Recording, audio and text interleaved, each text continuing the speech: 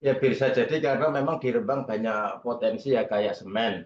Contoh semen Ya, Indonesia itu yang di sini semen kerja anak perusahaan atau holding dari semen Indonesia itu memang ya, di Rembang itu banyak apa eh, sumber daya alam juga tambang yang dikenal mulai batu andesi, batu kapur dan lain sebagainya ya. juga apa ini juga bisa mengangkat pendapatan asli daerah lewat pajak. Juga ada beberapa pabrik yang ada kayak pabrik sepatu, PLTU, dan lain sebagainya. Juga terbaru ada pabrik di Kaliori itu, Postorit. Juga ini kan tetap Hmm. ada efek domino, ada multiplier efek ke masyarakat, perekonomian juga jalan, masyarakat sekitar juga bisa bekerja di perusahaan tersebut, maupun ada warung-warung di sekitar perusahaan-perusahaan yang ada di Kabupaten Rembang itu. Jadi memang efek dominonya atau multiplier efeknya luar biasa untuk mengurangi angka kemiskinan maupun pengangguran yang di Kabupaten Rembang.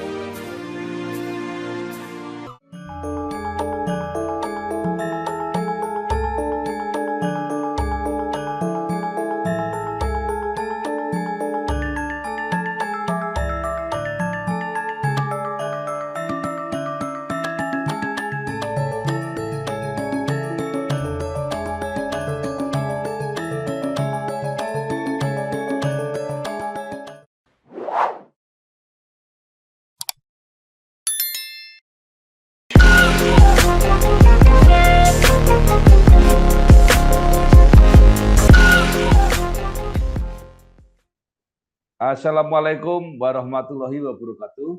Bersama saya Bambang Sadono di kanal Inspirasi Jawa Tengah. Mudah-mudahan kanal ini selalu bisa memberi inspirasi, motivasi, dan edukasi.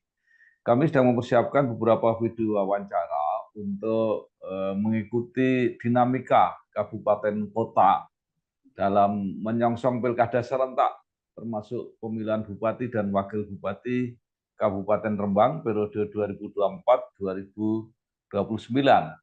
Saat ini saya sudah bersama dengan salah seorang tokoh di Rembang, yaitu Zaimul Umam Nur Salim, yang biasa dipanggil Gus Umam. Beliau adalah Ketua DPC Partai Persatuan Pembangunan Kabupaten Rembang. Apa kabar, Gus? Alhamdulillah baik, Pak Babang.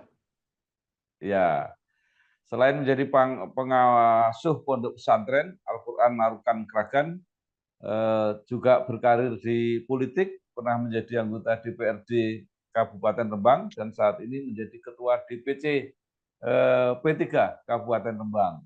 Nah, Gus Umam, supaya lebih lengkap walaupun singkat, mungkin bisa diceritakan sedikit mengenai perjalanan karir di bidang politik sampai saat ini.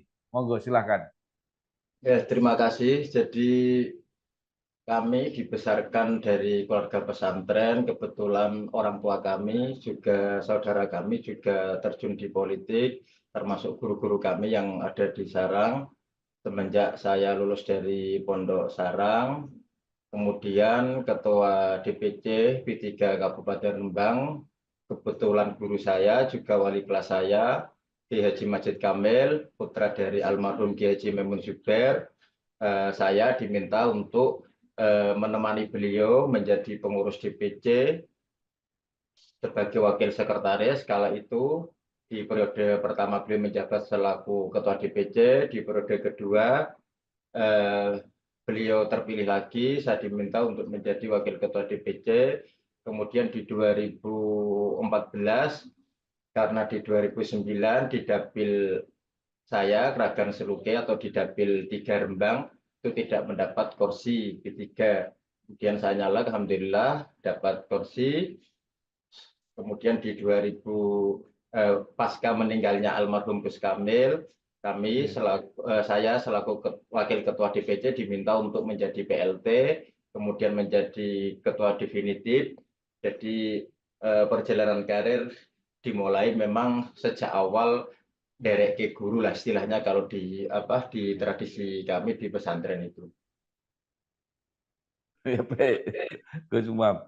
Nah, sampai akhirnya pada pemilu legislatif Pileg 2024. Nah, mungkin bisa diceritakan bagaimana hasilnya bagi P3 di Kabupaten Rembang.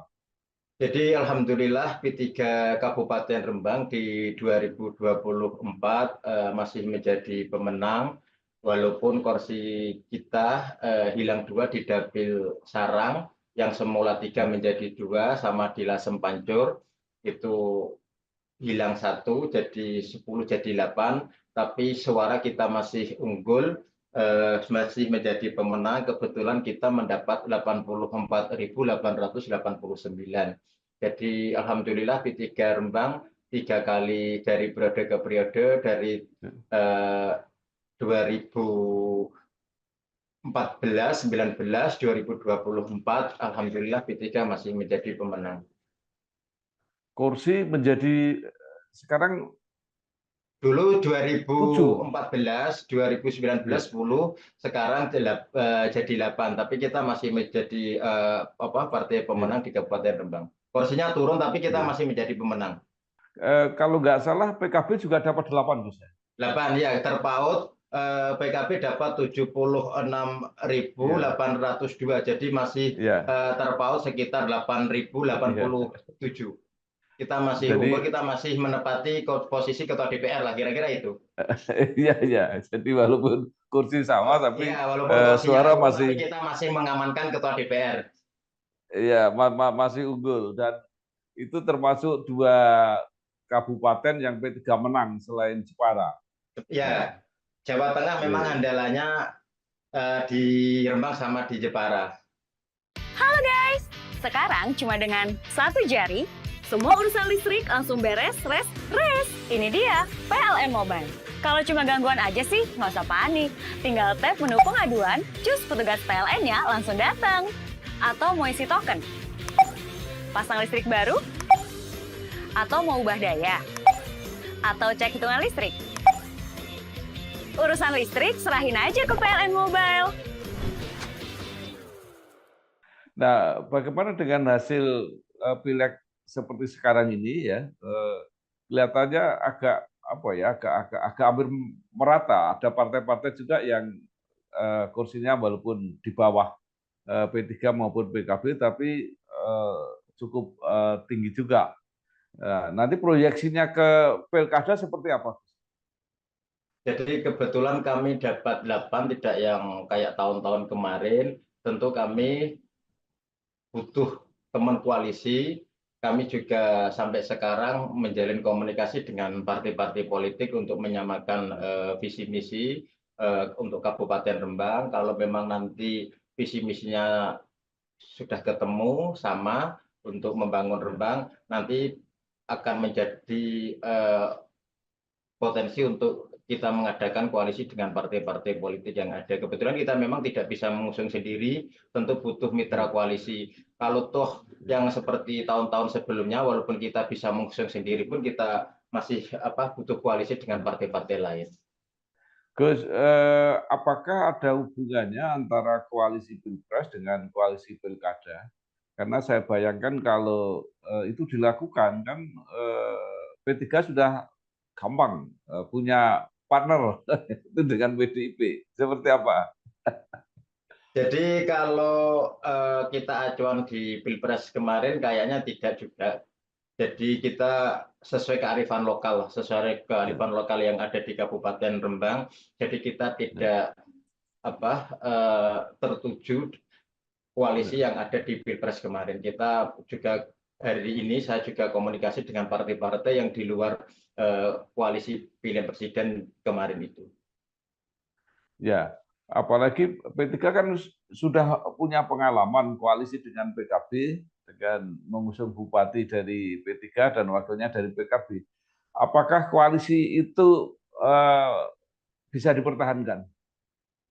Ya tadi yang saya sampaikan bahwasanya kita komunikasi dengan partai politik itu sangat terbuka, juga sudah berjalan tentu dengan PKB yang sama-sama kita sudah punya pengalaman di 2020 Pilkada juga potensi untuk kita membangun komunikasi koalisi lagi. Kebetulan ketika itu saya menjadi Ketua Tim Ses Pilkada Kabupaten, Pak Afid dan Gus Hanis.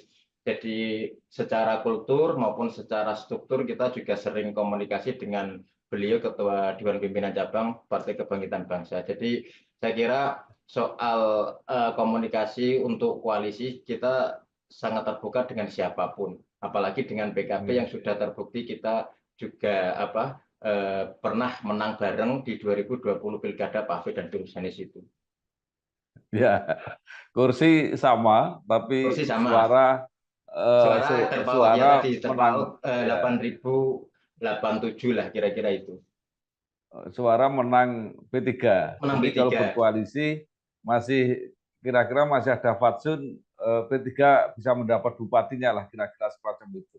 Apakah kalau itu kita yang komunikasi dengan partai politik karena kita pemenang, tentu kita mintanya yang jadi bupati. Karena beberapa kali kan bupati juga dari kader kita, kira-kira itu. Dengan begitu apakah P3 sudah menyiapkan figurnya? Kira-kira siapa yang akan diajukan?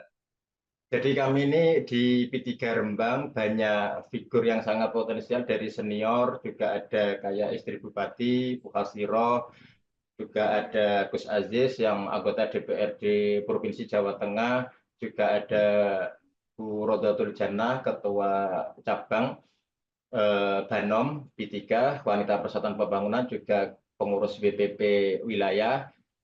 Di kalangan muda, di kader kita, juga ada Gus Wafa yang baru terpilih menjadi anggota DPRD Provinsi Dapil 2, Dapil Pati Rembang, putra Pak Bupati, juga ada Gus Mujib, Ketua GPK Kabupaten, juga ada Gus Rosid, putra dari Kiai Haji Abdullah Ubad, cucu Mbah Mun, sekretaris DPC P3. Jadi sebenarnya kita ini banyak stok, tinggal nanti kesepakatan di internal kami, khususnya sesepuh-sesepuh P3 yang ada di Kabupaten Rembang dan petunjuk dari Dewan Pimpinan Pusat. Siapapun yang ditunjuk, kami kemarin sudah sepakat akan kami amankan untuk komunikasi dan terpilih untuk menjadi bupati dan wakil bupati. Ya. Bagaimana dengan Gus Umam sendiri? Saya pribadi sampai detik ini belum punya kemauan. Jadi saya sudah beberapa kali statement di media, saya tidak nyalek, saya tidak nyalon bupati atau wakil bupati karena ingin fokus untuk kebesaran partai, dan itu saya buktikan di 2024 ini saya tidak nyalek. Cuma istri saya yang nyalek. Istri saya yang kemarin alhamdulillah terpilih di Dapil Kragan Seluke itu, dan BNI-nya terbanyak di Dapil Kragan Seluke itu dari partai-partai lain.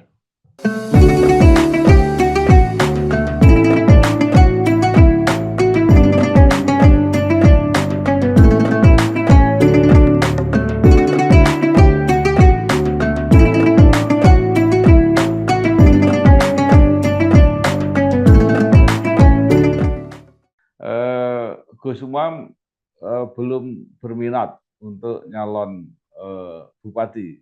Tapi tadi dikatakan bahwa kecuali kalau ditugaskan, artinya diputuskan oleh termasuk pimpinan-pimpinan yang di atas. Kalau memang diputuskan seperti apa, Gus Umam? Jadi saya memang beberapa kali saya bilang kepada teman atau masyarakat yang mendorong bahwasanya saya ini dibesarkan dari keluarga pesantren. Saya juga dibesarkan dari keluarga dari Pondok Sarang.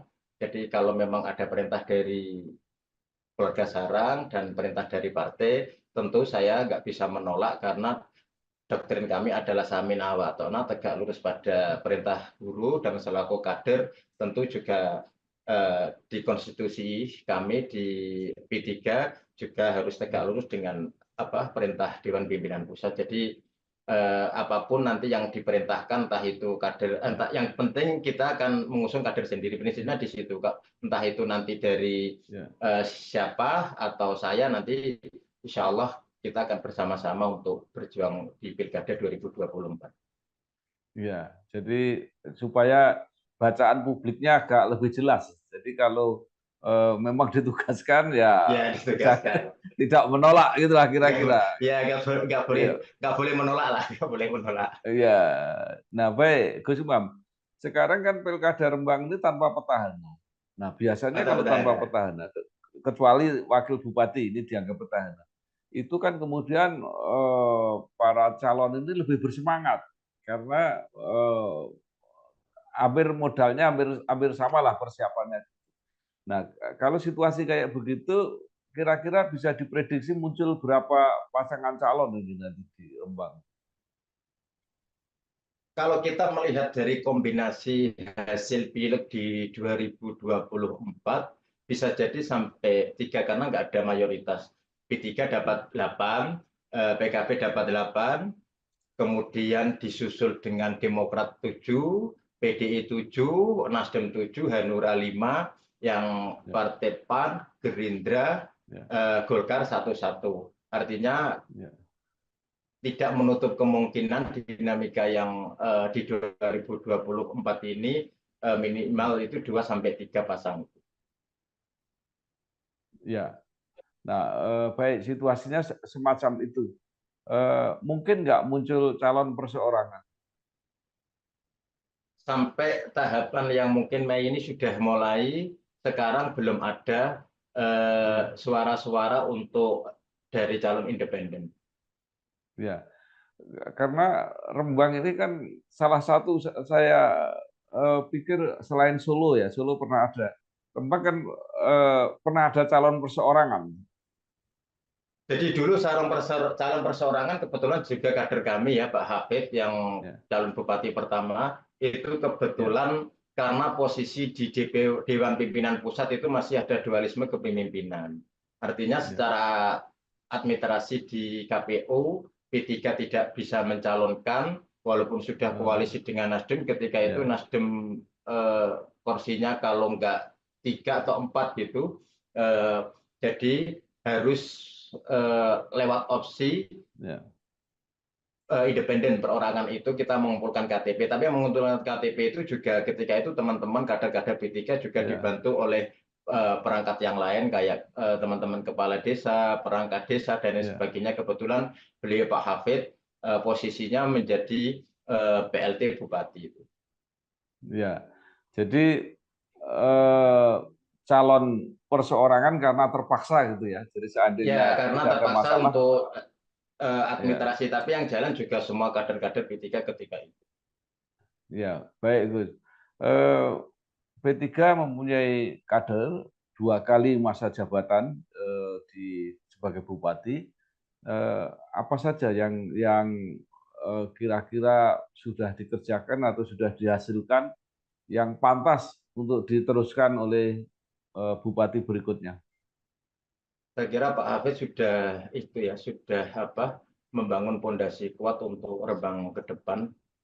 Jadi banyak prestasi yang beliau jalankan yang dapat termasuk penghargaan beberapa kali, 5 kali kayaknya di Kabupaten Rembang, juga WTP, juga indeks pembangunan manusia juga baik, angka kemiskinan juga turunnya juga drastis dengan banyaknya perusahaan-perusahaan yang ada di Kabupaten Rembang, juga angka pengangguran di Kabupaten Rembang juga relatif turun. Jadi keberhasilan yang selama ini sudah dilaksanakan oleh Pak Bupati itu juga bisa diteruskan Bupati yang selanjutnya itu.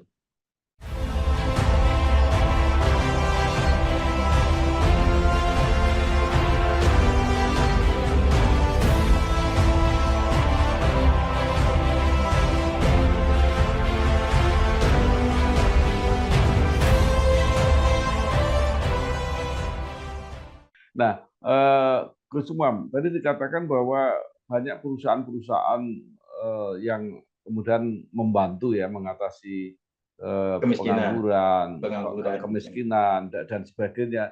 Nah, itu apa saja dan mengapa mereka tertarik masuk Rembang? Ya bisa jadi karena memang di Rembang banyak potensi ya, kayak semen. Contoh semen Indonesia itu yang di sini Semen Kerja anak perusahaan atau holding dari Semen Indonesia itu memang di Rembang itu banyak sumber daya alam juga, tambang yang dikenal mulai batu andesit, batu kapur dan lain sebagainya, juga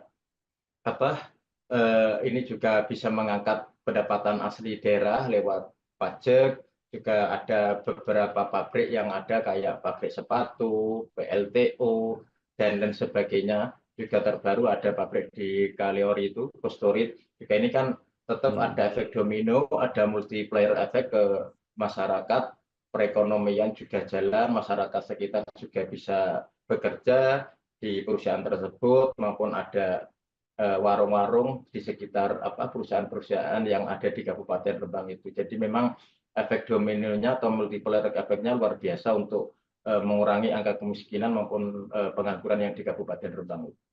Baik, Gus Muam, saya kira ada juga pertanian kalau nggak salah ya. Jadi ya, sektor tembakau pertanian, mulai sektor pertanian. Cuma pertanian di Kabupaten Rembang ini kan tidak kayak pertanian di daerah-daerah lain ya, mengandalkan curah hujan.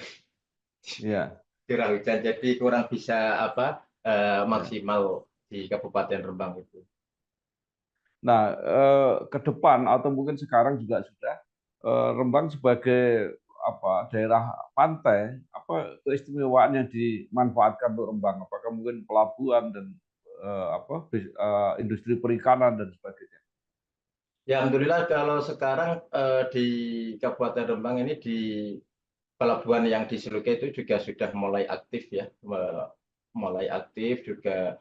Ada di sekarang masyarakat dengan lewat BUMDes-BUMDes yang di desa-desa itu juga mengembangkan wisata lewat laut kayak di Karangjahe, di Lasem juga ada, di Kragan, di Balungmulyo juga ada, dan termasuk di Banggi juga ada, di Kaliori juga ada. Jadi potensi-potensi laut yang dulu enggak terurus, enggak terawat, sekarang banyak dimanfaatkan oleh teman-teman Karang Taruna yang punya inovasi untuk memanfaatkan potensi-potensi wisata laut itu, termasuk yang tadi saya sampaikan di Kaliori itu juga ada pabrik besar, karena juga nelayannya di Kabupaten Rembang itu juga besar sekali. Itu ada beberapa perusahaan yang mendirikan kosturit yang ada di Kabupaten Rembang untuk penyimpanan ikan itu.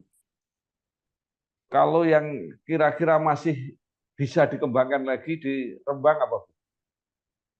Sebenarnya potensinya juga sangat banyak tadi, mulai nanti sekarang di desa-desa tadi, di lewat BUMDes-BUMDes itu di pegunungan-pegunungan yang ada di Kabupaten Rembang juga sekarang banyak dibuat tempat pariwisata juga langsung tambang. Cuma persoalan tambang ini kan sekarang yang keterkaitan izin yang agak terbentur dengan Undang-Undang 3 2020 yang harus di pemerintah pusat itu, di Kementerian SDM sama itu, walaupun ada sekarang sudah ada semacam pelimpahan kewenangan di provinsi itu. Jadi memang ada beberapa kendala kita itu soal masalah investasi-investasi yang ada di Kabupaten Rembang, khususnya soal masalah yang tambang itu. Ya, baik. Nah, terakhir Gus, saya akan bertanya begini. Di Rembang itu kan ada tokoh-tokoh yang sangat berpengaruh, termasuk Mbah Mun ya. Walaupun beliau sudah tidak ada, tapi pengaruhnya masih besar. Juga yang di Rembang ada Mbah Mus, ada Gus Koyum, banyak lah. Banyak sekali. Nah, itu pertanyaan saya, seberapa berpengaruh untuk pilkada seperti ini? Jadi memang di Rembang ini kan alhamdulillah kiainya banyak yang itulah ya, yang tokoh-tokoh nasional. Jadi kalau soal masalah pilkada beliau nggak begitu ikut, kecuali kalau memang secara struktur masuk dalam kepengurusan. Tapi posisi beliau adalah sebagai orang tua, tentu siapapun calon-calon akan diterima dan akan diarahkan. Jadi soal keberpihakan bersikap itu jarang banget, karena kebetulan banyak yang tidak masuk secara nggak politik praktis dan nggak politik aktif, artinya juga nggak masuk ke pengurusan. Jadi saya pikir siapapun nanti calonnya, mau soal ke siapapun, mau ke Mbah Mus, mau ke Gus Koyum, mau ke Gus Afas, Gus Baha, Gus Subak, dan lain sebagainya, Gus Nadi pasti akan diterima, dan tentu beliau sebagai orang tua kami semua pasti akan memberikan nasihat, arahan yang terbaik untuk Kabupaten Rembang. Baik, terima kasih sekali. Sama-sama. Gus Saimul Umam Nur Salim, Gus Umam, Ketua DPC P3 Kabupaten Rembang. Mudah-mudahan informasi ini membantu masyarakat yang terus bertanya-tanya. Saya membantu juga lewat media bahwa Gus Umam ini belum menyatakan bersedia, tapi memang itu lazim ya, tradisi santri itu biasanya begitu. Jadi menunggu dawuhnya para kiai ini seperti apa. Tapi saya kira ini menarik, artinya tradisi yang menarik lah untuk kepemimpinan model kita ini. Saya kira terima kasih Gus, mudah-mudahan semua lancar, sukses. Amin, amin, amin. Wassalamualaikum warahmatullahi wabarakatuh.